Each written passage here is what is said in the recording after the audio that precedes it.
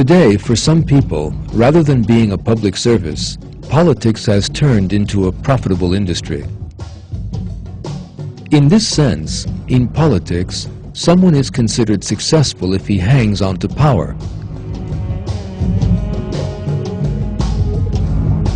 Consolidates and secures it in the face of all unfavorable circumstances and, if possible, acquires even more.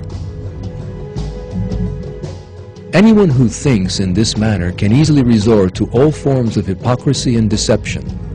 Far from serving the people, he will have no compunction over trampling their rights underfoot.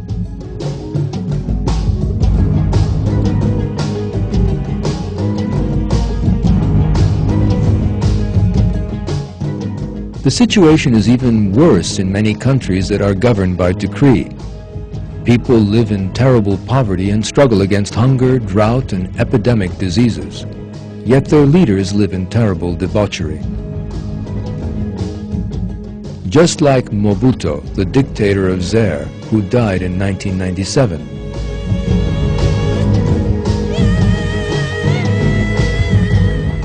When the Zairian people fought for every loaf of bread, every month Mobutu would send his private plane to France to fetch his personal coiffeur.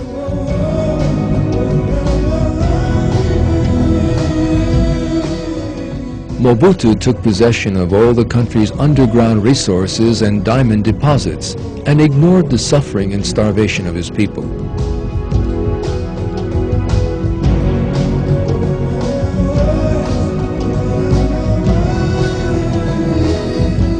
Despots like Mobutu are examples of how lack of faith can silence the voice of conscience.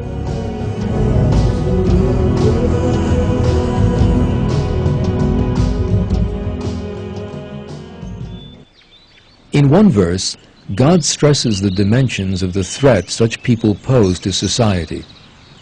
Whenever he holds the upper hand, he goes about the earth corrupting it, destroying people's crops and breeding stock. God does not love corruption. The fundamental cause of these twisted views and immorality is failure to live by religion.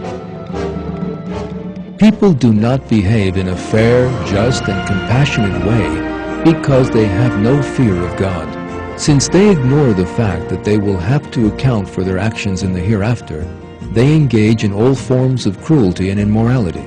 It is for these reasons that the solution to the injustices in the world lies in the values of the Qur'an.